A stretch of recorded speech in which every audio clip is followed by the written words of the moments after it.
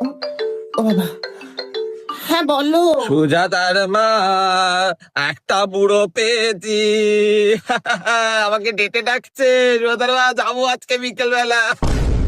আচ্ছা গুনগুনদি, 2 মাস হয়েছে তীর্থটা গত হয়েছে, তোমার বয়স বেড়ে তুমি বুড়ি হয়েছো, আর তোমার এখনো যৌবন জ্বালাখানা গেল না? তুমি চুপ করো।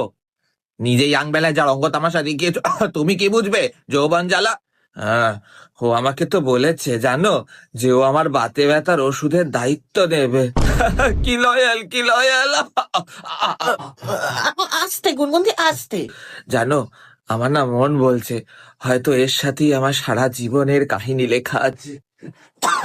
গুনগুনদি, তোমার জীবনটাই তো আর বেশি দিন নেই। তুমি চুপ করো।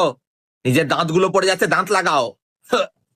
আমি তো যাচ্ছি, তোমাকে সব বলবো কি হলো ওখানে।